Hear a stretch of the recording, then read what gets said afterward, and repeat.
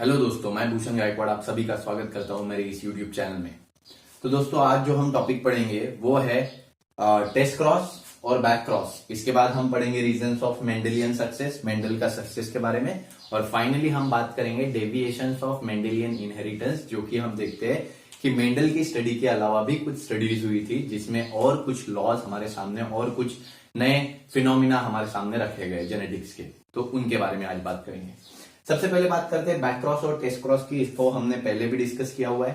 Back cross का मतलब क्या होता है? जब भी F1 जनरेशन अपने किसी भी पेरेंट के साथ क्रॉस करता है, जैसे कि हमने ऑलरेडी पढ़ा है capital T cross with small T और क्या मिलता है? Capital T small T.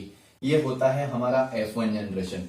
जब F1 जनरेशन कैपिटल टी यानी प्योर होमोजाइगस टॉल के साथ या प्योर होमोजाइगस ड्वार्फ के साथ, दोनों में से किसी के साथ भी क्रॉस करता है, तो जैसे कि यहाँ पे हम देख रहे हैं F1 जनरेशन क्रॉस कर रहा है प्योर टॉल पेरेंट के साथ, F1 जनरेशन क्रॉस कर रहा है प्योर ड्वार्फ पेरेंट के साथ। ऐसे क्रॉस को हम बैक क्रॉस बोलते हैं। वहीं पे टेस्ट क्रॉस क्या होता है? इसमें हम देखते हैं F1 जनरेशन सिर्फ और सिर्फ रेसेसिव होमोजाइगस पेरेंट के साथ ही क्रॉस कर सकता है, डोमिनेंट पेरेंट के साथ क्रॉस नहीं कर सकता। तो टेस्ट क्रॉस का मतलब होता है कि F1 generation crossing with only homozygous recessive parent. तो देखो यहाँ पे F1 जनरेशन सिर्फ और सिर्फ रेसेसिव पेरेंट के साथ क्रॉस कर रहा है। ऐसे क्रॉस को हम टेस्ट क्रॉस बोलते हैं। इसीलिए एक सेंटेंस यहाँ पे ऐड किया जाता है जिसको हम बोलते हैं that is test cross can be the back cross. देखो यहाँ पे टेस्ट क्रॉस बैक क्रॉस है क्योंकि बैक क्रॉस में यही टेस्ट क्रॉस हो रहा है। ठीक है, तो टेस्ट क्रॉस को हम बैक क्रॉस बोल सकते हैं। ये टेस्ट क्रॉस भी है और ये बैक क्रॉस भी है क्योंकि इसको हम बैक में पढ़ रहे हैं अभी यहाँ पे। ठीक है, तो test cross can be the back cross, but back cross हमेशा टेस्ट क्रॉस हो सकता है क्या? नहीं, क्योंकि बैक क्रॉस रेसेसिव के साथ कर सकता है बट डोमिनेंट के साथ भी कर सकता है, लेकिन टेस्ट क्रॉस डोमिनेंट के साथ नहीं कर सकता क्रॉस। इसीलिए हम बोलते हैं टेस्ट क्रॉस बैक क्रॉस हो सकता है, लेकिन बैक क्रॉस टेस्ट क्रॉस कभी नहीं हो सकता। F1 जनरेशन कभी भी डोमिनेंट के साथ क्रॉस नहीं करेगा टेस्ट क्रॉस में। ठीक है, तो इसी वजह से। और टेस्ट क्रॉस को हम क्यों पढ़ते हैं भाई? टेस्ट क्रॉस बहुत ही इंपॉर्टेंट काम में आता है जब भी हमको किसी प्लांट का या किसी कैरेक्टर का जीनोटाइप पता करना होता है। किसी कैरेक्टर का जीनोटाइप पता करने के लिए हम क्या करते हैं? Test cross. उसको अपने रेसेसिव पेरेंट के साथ क्रॉस करवाते हैं।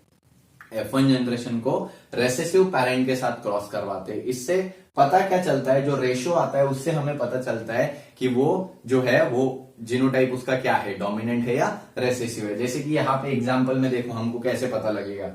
कैपिटल टी स्मॉल टी ये F1 जनरेशन है और स्मॉल टी ये पेरेंट जनरेशन है। ठीक है, तो इनको जब हम क्रॉस करते हैं तो हमारे सामने capital T small T small T small T capital T small T small T small T. तो देखो यहां पे हमारे सामने दो ड्वार्फ मिल रहे हैं और दो टॉल मिल रहे हैं, बट ये हेट्रोजाइगस है। तो दो टॉल दो ड्वार्फ, फिनोटिपिक रेशियो क्या आया? 1:1। बट डोमिनेंट के साथ जब हम क्रॉस करेंगे, ये वाला क्रॉस जब हम करेंगे तो इसमें हमको क्या मिलेगा? देखो कैपिटल टी ये पेरेंट हो गया, capital T small T F1 हो गया। तो इसमें हम क्या देखेंगे? Capital T capital T small T capital T small T.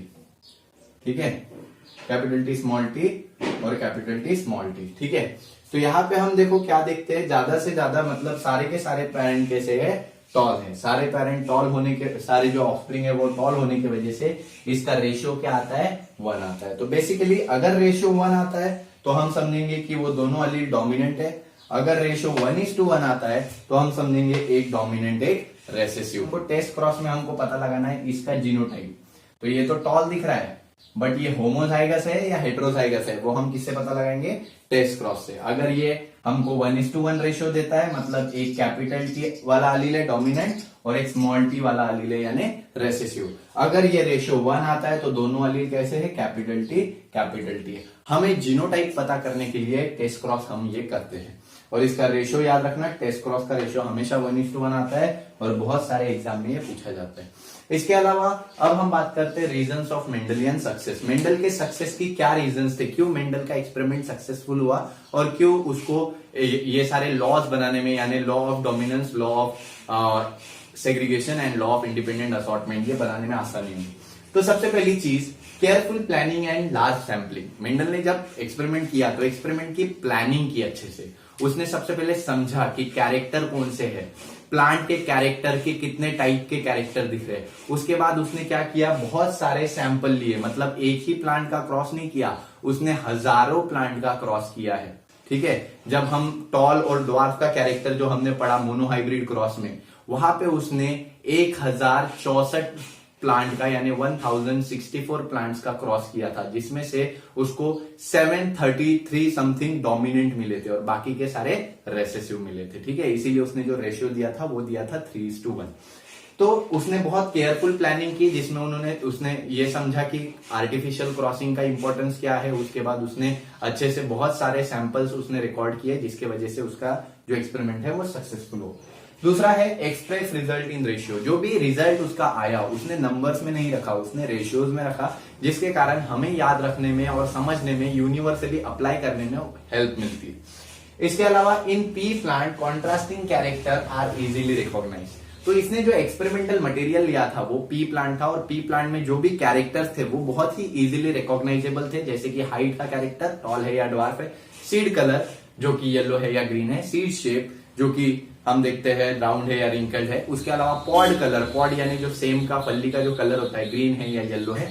इसके अलावा फ्लावर की पोजीशन एक्सियल है या टर्मिनल है, एक्सियल यानी जो कि एक्सिस में होती है और टर्मिनल यानी एकदम अपेक्स में होती है। तो ऐसे जो कैरेक्टर उसने चूज किए वो बहुत इजीली रिकॉग्नाइजेबल थे। जैसे कि हमारे बॉडी में भी एक कैरेक्टर है ह्यूमन ब्लड ग्रुप। अब ब्लड ग्रुप अगर देखे तो वो बहुत अंदर का कैरेक्टर हो जाता है। ठीक है, तो उसको रिकॉग्नाइज करने के लिए लेबोरेटरी की जरूरत पड़ेगी, अगर उसको हमें ढूंढ के निकालना है तो लेबोरेटरी की जरूरत पड़ेगी। बट मेंडल के कंडीशन में ऐसी कोई भी लैब की या किसी भी एडवांस टेक्नोलॉजी की जरूरत नहीं थी, इजीली रिकॉग्नाइजेबल कैरेक्टर उसको पी प्लांट से मिल रहे।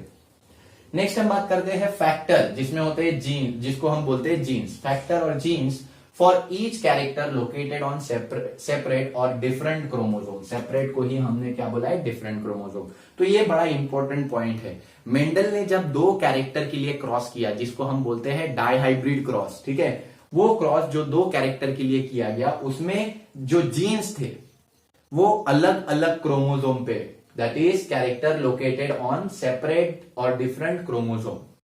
ठीक है, जो जीन्स उसने चूज किए थे, जो कैरेक्टर उसने चूज किए थे, उस कैरेक्टर के जो जीन्स थे, जो फैक्टर थे, वो अलग अलग क्रोमोसोम पे सिचुएटेड थे, लोकेटेड थे, जिसके वजह से अलग अलग कॉम्बिनेशन में वो जो है वो कंबाइन हुए और अगले बार हमको ज्यादा कैरेक्टर यानी लॉ ऑफ इंडिपेंडेंट असॉर्टमेंट देखने मिला। अभी ये अगर हमको पॉइंट समझना है तो इसमें सिंपल सी बात है। देखिए, ये एक क्रोमोसोम हुआ होमोलॉगस पेयर और ये दूसरा क्रोमोसोम हुआ होमोलॉगस पेयर। तो हमने क्या बोला, फैक्टर के लिए जो जीन है या फैक्टर है, वो फैक्टर अलग अलग क्रोमोसोम में सिचुएटेड है। फैक्टर जो है किसी भी कैरेक्टर का, किसी भी ट्रेट का, वो अलग अलग क्रोमोसोम पे सिचुएटेड है। जैसे कि एक कैरेक्टर हमने लिया था सीड कलर के लिए हमने क्या लिया था, कैपिटल वाई स्मॉल वाई, और seed shape capital R small R. तो यही है कि अलग अलग कॉम्बिनेशन में ये जुड़ सकते हैं। देखो, ये अलग कॉम्बिनेशन में कैपिटल वाई स्मॉल वाई,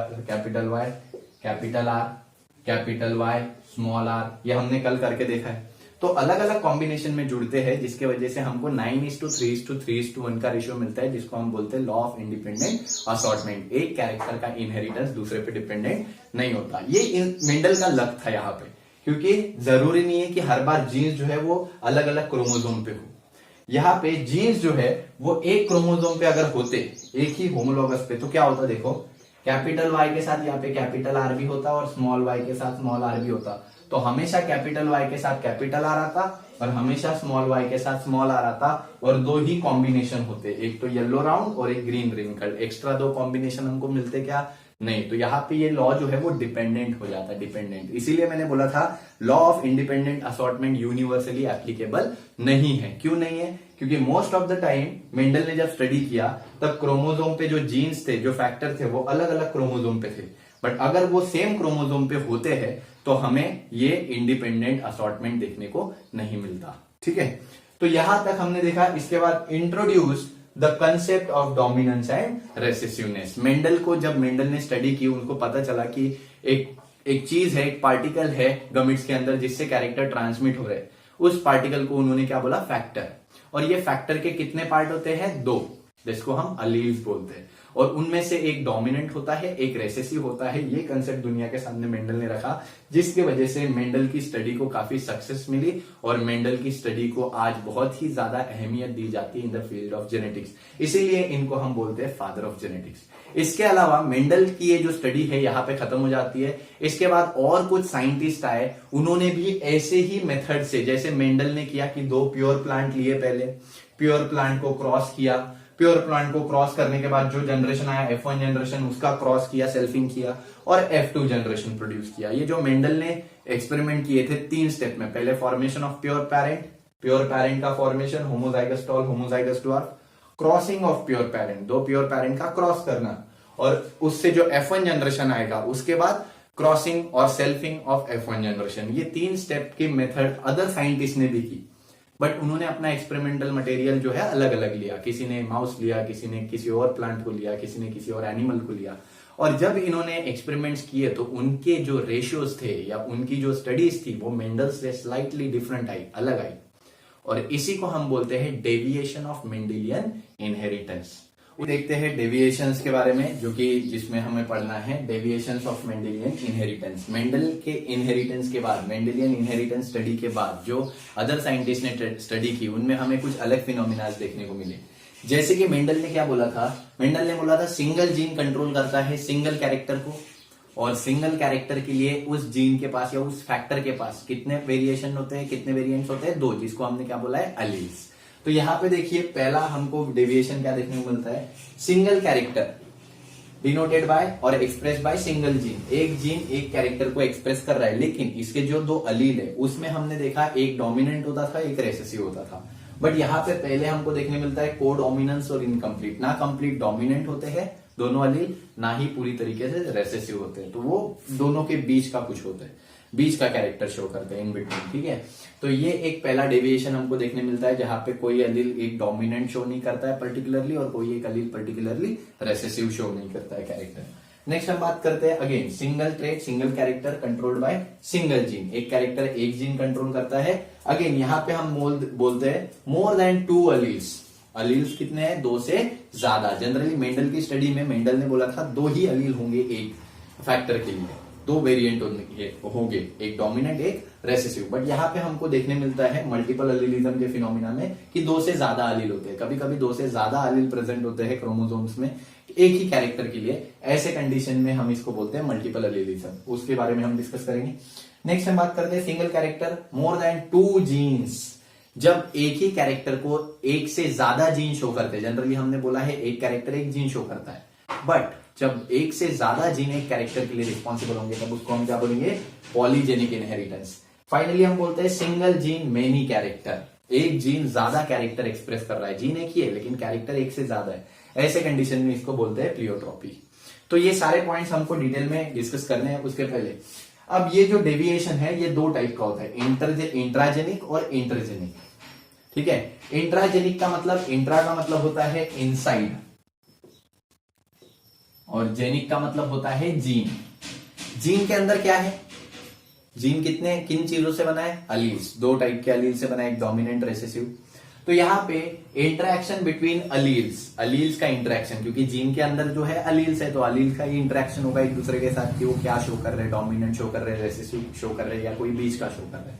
ठीक है, तो interaction between the alleles of same gene, same he gene के अलील्स के बीच में इंटरेक्शन होता है। तो इसके एग्जाम्पल में हमको क्या क्या पढ़ना है, कोडोमिनेंस, इनकम्प्लीट डोमिनेंस और फाइनली मल्टीपल अलीलिज्म।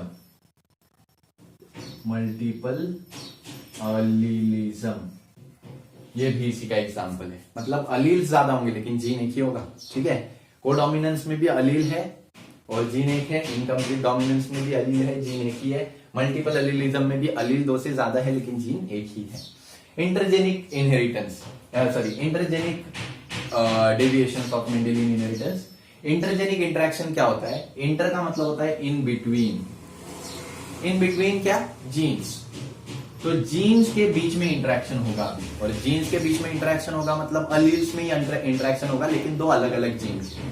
तो एक जीन में कुछ अलील है, दूसरे जीन में कुछ अलील है, और ये दोनों अलग अलग जीन के अलील एक दूसरे के साथ क्या करेंगे, इंटरेक्शन शो करेंगे। That is interaction between the alleles of different genes. ठीक है, अलग अलग जीन्स के बीच इंटरेक्शन होगा, अलग अलग जीन्स के अलील के बीच इंटरेक्शन होगा।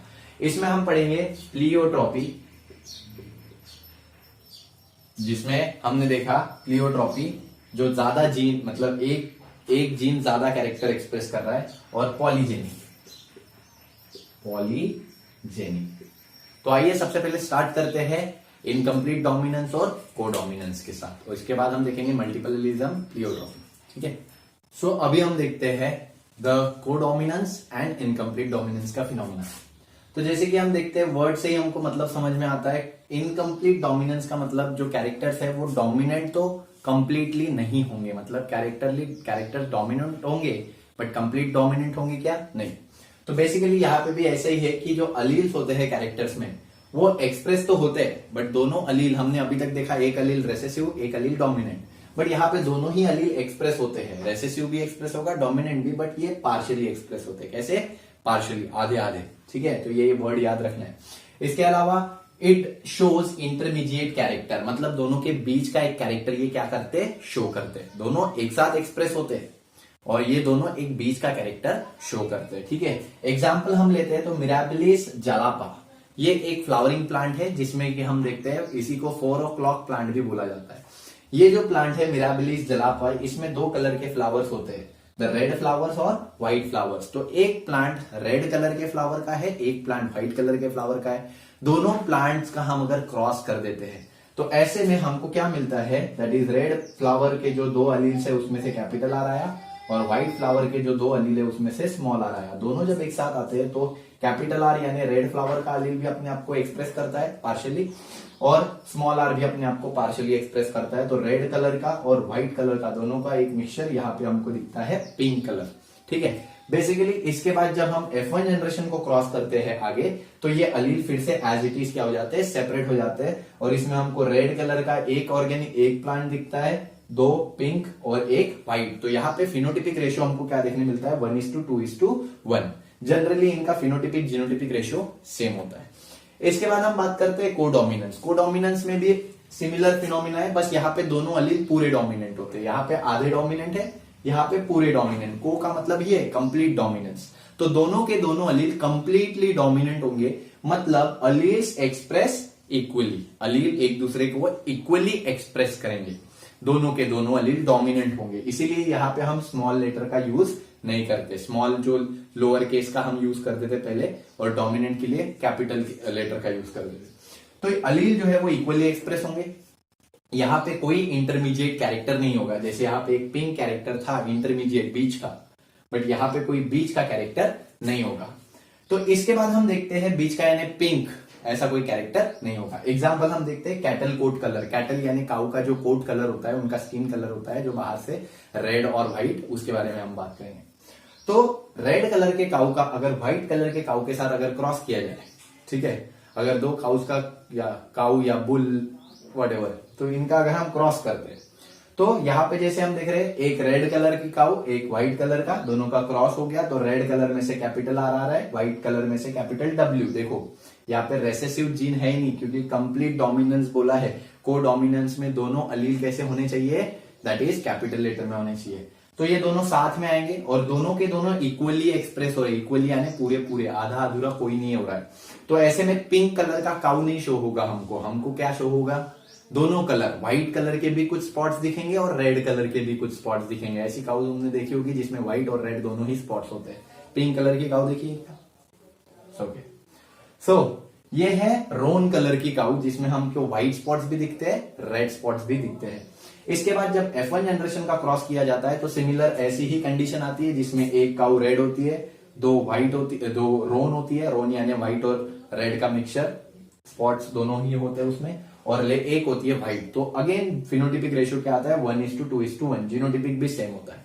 तो को डोमिनेंस और इनकम्प्लीट डोमिनेंस में 2 ही चीजों का फर्क है कि इनकम्प्लीट डोमिनेंस में अलील पार्शियली एक्सप्रेस होते हैं, को डोमिनेंस में अलील इक्वली एक्सप्रेस होते हैं।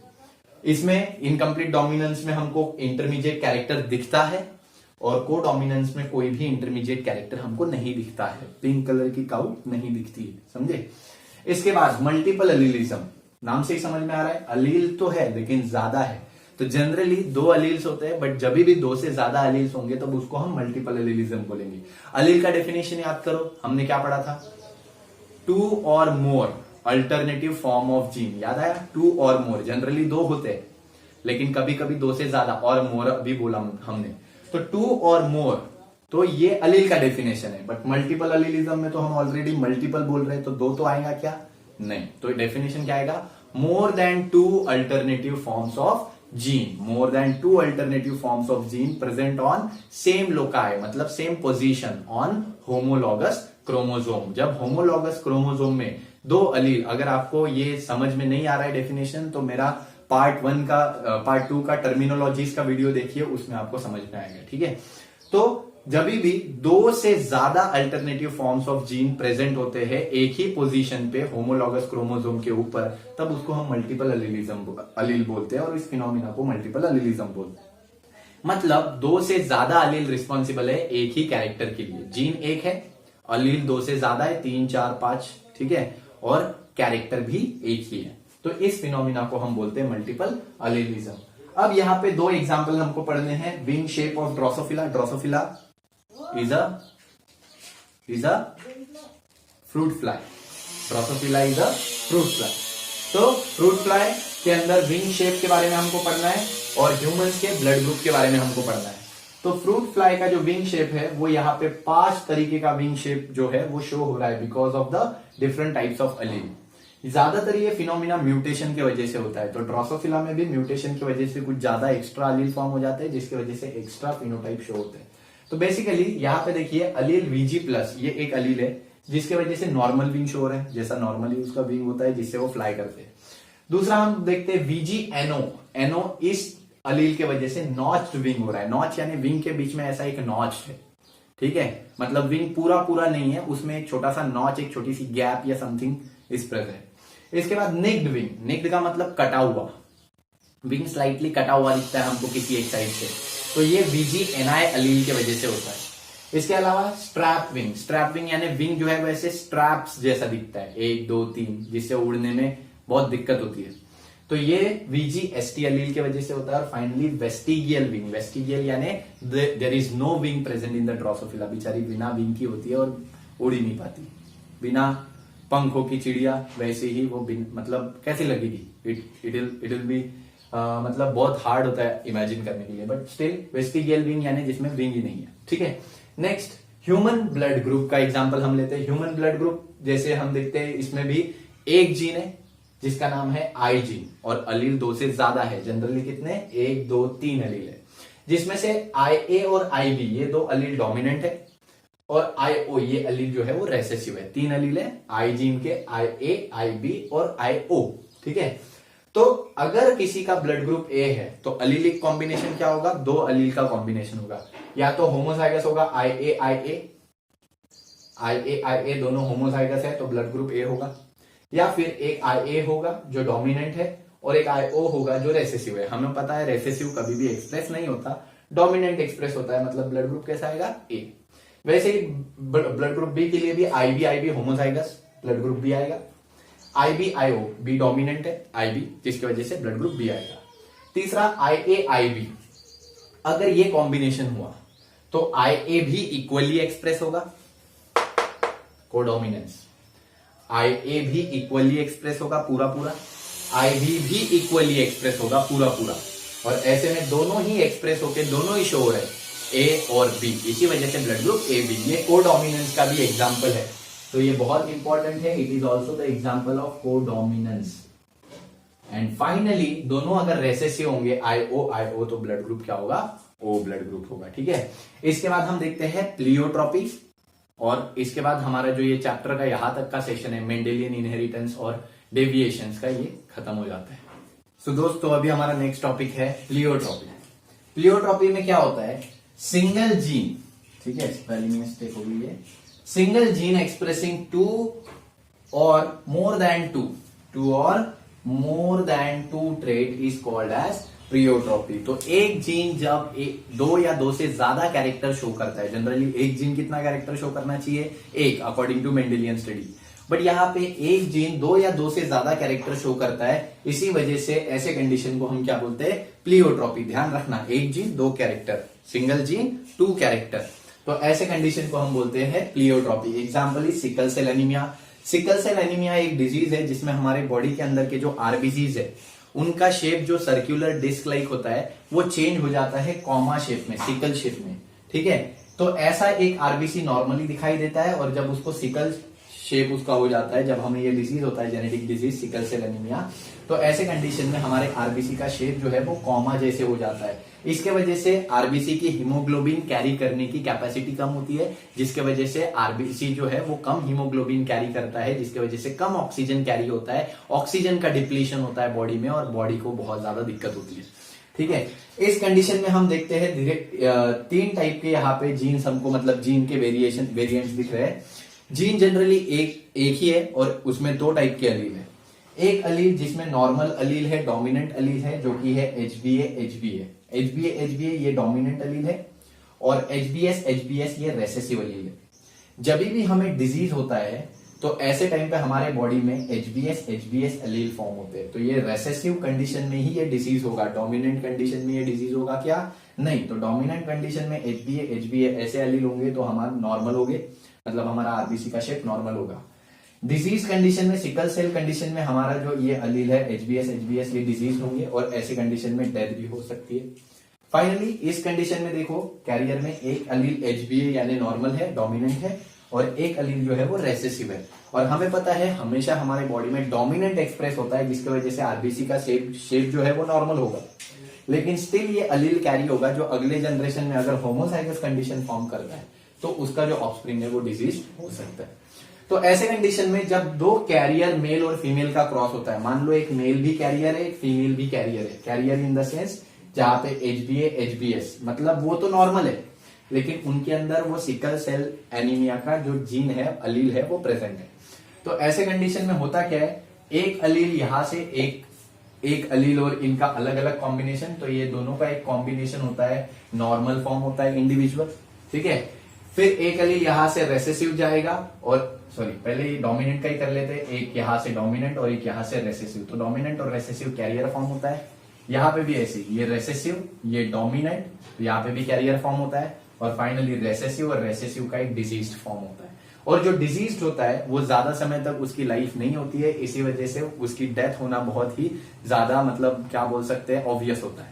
तो क्योंकि वो डेड हो जाती है उसकी, तो ये जो रेशियो 1:2:1 का आने वाला होता है, उसकी डेथ के वजह से अब ये रेशियो जो है वो 1:2 आता है ओनली। तो ध्यान रखिए, प्लियोट्रॉपी का जो रेशियो होता है वो होता है 1:2। ठीक है, रेशियोज बहुत इंपॉर्टेंट है, एग्जाम में पूछे जाते हैं, जैसे कि हमने मोनोहाइब्रिड का पढ़ा था 3:1, 3 टॉल 1 ड्वार्फ। ठीक है, उसके बाद हमने डाइहाइब्रिड क्रॉस का पढ़ा था 9:3:3:1। फिर उसके बाद हमने टेस्ट क्रॉस का पढ़ा था 1:1। ठीक है, उसके बाद में हमने बैक क्रॉस में डोमिनेंट पेरेंट के साथ जब क्रॉस होता है तो पढ़ा था 1। ठीक है, उसके बाद हमने इनकम्प्लीट डोमिनेंस और को डोमिनेंस के केस में रेशियो पढ़ा 1:2:1 दोनों का। इसके बाद हम प्लियोट्रॉपी में हम रेशियो क्या पढ़ रहे हैं, 2:1 या 1:2। ठीक है, because one of the individual has been died because of the disease. ठीक है, इसके बाद एक और टॉपिक छोटा सा है जो कि बुक में कंसिडर नहीं किया है, पॉलीजेनिक इनहेरिटेंस या पॉलीजेनिक। पॉली का मतलब मेनी और जेनिक का मतलब जीन्स, सिंपल सी बात है। तो जब दो से ज्यादा जीन, जनरली एक जीन एक कैरेक्टर कंट्रोल कर रहा है, लेकिन जनरली क्या इस कंडीशन में क्या है कि दो जीन या दो से ज्यादा जीन एक ही कैरेक्टर को कंट्रोल करते हैं, ऐसे कंडीशन में इसको बोला जाता है पॉलीजेनिक इनहेरिटेंस। जैसे हमारा हाइट, ह्यूमन हाइट हमारे इसमें एक ही है क्या, टॉल और ड्वार्फ, ऐसे दो ही वेरिएंट है क्या? हम 3 फीट के भी हो सकते हैं, 4 के भी हो सकते हैं, 5 के भी हो सकते हैं, 7-8 तक हो सकते हैं खली जैसे। ठीक है, तो ये जो हाइट के वेरिएंट है वो किसकी वजह से आते हैं, डिफरेंट अलीलिक कॉम्बिनेशन की वजह से। और अलील एक जीन में 2 या 3 ही हो सकते हैं, मल्टीपल भी होंगे तो 4-5 होंगे, बट हाइट जो है वो 5-6 अलील से इतनी बड़ी हाइट होगी क्या, मतलब इतने वेरिएंट्स होंगे क्या? हाइट के लिए बहुत नंबर ऑफ जीन्स चाहिए। तो ऐसे कंडीशन में बहुत ज्यादा जीन्स जब एक ही कैरेक्टर को एक्सप्रेस करते हैं तब उसको हम बोलते हैं पॉलीजेनिक इनहेरिटेंस। वैसे ही हमारा स्किन कलर, ठीक है, स्किन कलर में भी हम देखते हैं 7 अलग अलग वेरिएंट होते हैं। ब्लैक होता है, फिर मतलब बहुत ज्यादा ब्लैक जो निग्रो हम बोलते हैं, उसके बाद लेस थोड़ा सा डार्क ब्लैक, फिर उसके बाद लेस ब्लैक, फिर उसके बाद म्यूलैटो जो सावला होता है, फिर उसके बाद फेयर, फिर कुछ ज्यादा ही fair, very fair, and finally albino. तो 7 अलग अलग स्किन कलर जो है फेयर एंड लवली के पीछे मिल जाएंगे आपको। फेयर एंड लवली अगर आप देखोगे तो उसके पीछे आपको 7 अलग अलग शेड्स मिल जाएंगे स्किन कलर के। तो ये जो 7 अलग अलग फिनोटाइप्स होते हैं, ये 7 अलग अलग फिनोटाइप जब हम देखते हैं तो हमारे बॉडी में किस चीज की वजह से एक्सप्रेस होते हैं? एक जीन या 2 जीन इसके लिए रिस्पॉन्सिबल नहीं होते। यहाँ पे 3 जीन्स की वजह से ये 7 अलग अलग स्किन कलर शो होते हैं। तो जब भी एक से ज्यादा जीन किसी एक कैरेक्टर को एक्सप्रेस करते हैं, तब ऐसे कंडीशन को हम क्या बोलते हैं? Polygenic inheritance. तो यहाँ पे हमारा ये Mendelian inheritance and deviation of Mendelian inheritance ये पार्ट जो है वो खत्म हो गया है। इसके आगे हमको पढ़ना है दैट इज क्रोमोसोमल थ्योरी, और उसके मतलब एक्स क्रोमोसोम का स्ट्रक्चर, वाई क्रोमोसोम का स्ट्रक्चर, ये हम अगले चैप्टर में, अगले पार्ट में देखेंगे। तो तब तक के लिए अगर अगर मेरा वीडियो आपको पसंद आ रहा है, अगर आपको लग रहा है कि नॉलेज मिल रहा है तो लाइक कीजिए, अगर नहीं पसंद आ रहा है तो डिसलाइक कीजिए, ठीक है? मैं इंप्रूवमेंट करूंगा। तो इसी और साथ में अगर अच्छा लग रहा है तो शेयर कीजिए अपने दोस्तों के साथ, और सब्सक्राइब करना मत भूलिए। धन्यवाद।